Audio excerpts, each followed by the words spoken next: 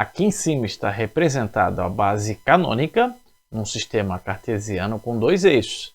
E à direita também a base canônica, só que num sistema cartesiano com três eixos. Olha só que bonita!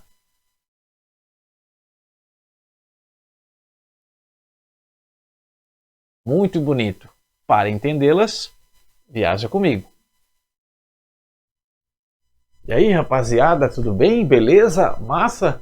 Nesse vídeo nós vamos estudar base canônica de dois conjuntos. O primeiro é o R2 e o segundo é o R3. Flor, eu não lembro o que é o R2 e o R3. Suave, nós vamos fazer uma revisãozinha aqui rápido. R2 e R3 são conjuntos. Mas conjuntos formados por o quê, professor? O R2 é o conjunto formado por todos, olha só, você sabe o que é isso? Todos os pares ordenados. E o R3 é o conjunto formado por todos os ternos ordenados. Isso nós chamamos de terno ordenado ou tripla ordenado. Notem que o x e o y daqui, e daqui também, e aqui ainda o z, podem ser qualquer número real. Ou seja, x, y e z pode ser positivo, negativo, número decimal, fração, raiz quadrada, enfim, x, y e z pode ser qualquer número real. Uma coisa interessante é que os dois conjuntos podem ser representados no sistema cartesiano. Este daqui, ó, eu posso representá-lo num sistema cartesiano com dois eixos e esse daqui num sistema cartesiano com três eixos. Em ambos os casos, a representação dos conjuntos é a seguinte. Isso daqui, ó, é o conjunto de todos os pontos desse sistema. Já isso daqui, graficamente, nesse sistema, é o conjunto de todos os pontos, ok? Então, grave. Isso aqui, conjunto de todos os pares ordenados, que graficamente é o conjunto dos pontos desse sistema. E aqui, conjunto de todos os ternos ordenados, que graficamente é o conjunto de todos os pontos desse sistema. Agora, qual é a base canônica do R2 e também do R3? A base canônica do R2 é formada por dois elementos. Um deles é o I, o outro é o J. Já para o R3, a base canônica é formada por três elementos. Um deles é o I, o outro é o J e o outro é o K. Você percebe que a quantidade de elementos da base canônica depende da dimensão do conjunto. Aqui eu tenho dimensão 2, 2 elementos na base canônica. Já aqui, dimensão 3, 3 elementos na base canônica. Agora, uma coisa interessante e muito frutífera é que essas bases canônicas podem ser representadas como vetores, que é o que a gente tentou mostrar aqui, ó. Aqui eu tenho a representação do I em forma de vetor e aqui a do J também em forma do vetor. Aqui é a mesma coisa, ó. O I em forma de vetor, o J e o K também em forma de vetor. E esses vetores têm características interessantes, que o próprio desenho já é autoexplicativo, mas mesmo assim nós vamos desmiuçar aqui para você. São características sobretudo relativas ao módulo, direção e sentido. Vamos vê-la? Viaja comigo. Veja, aqui, ó, qual é o módulo do I e qual é o módulo do J? Ou seja, qual é o tamanho? O tamanho de ambos vale, sabe quanto? 1. Muito bem. Agora, qual é a direção e o sentido do I?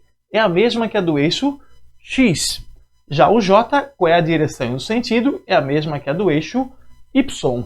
Consequentemente, é óbvio que neste sistema aqui, ó, o ângulo entre o I e o J vale quanto? 90 graus. Além disso, as coordenadas do I vão ser 1 e 0 e a do J vão ser 0 e 1. Vamos agora para este caso aqui, ó.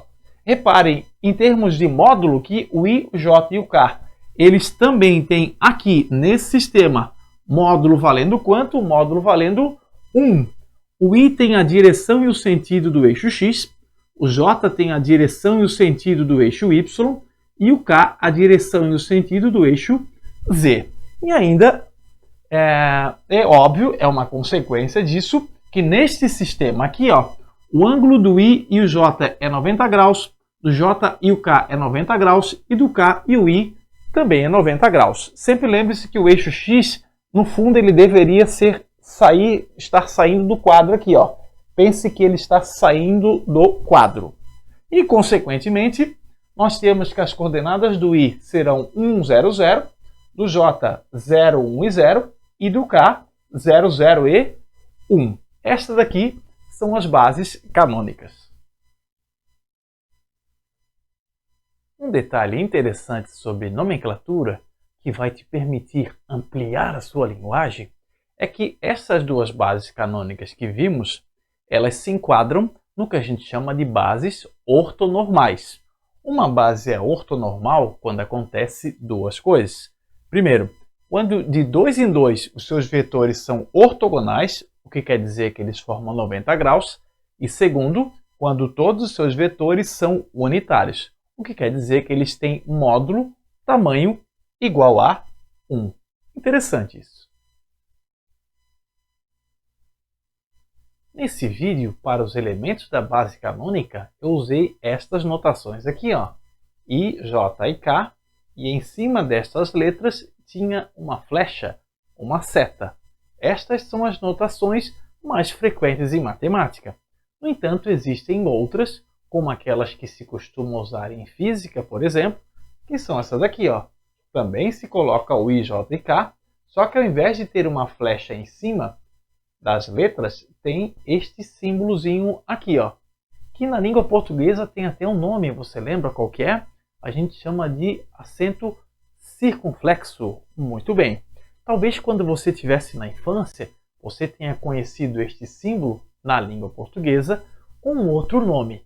Eu, com a minha querida e belas lembranças tenho, inclusive, né, minha querida professora Zuma Santiago Floriani, faz tempo que tive aula com ela. Inclusive, depois eu acabei tendo a honra de ser professor da escola dela. Uma professora que eu aprendi muito, que guardo no meu coração. Ela tinha um nome especial para esse símbolo. Ela chamava de Chapeuzinho. Que bonitinho, né? Uma linda professora.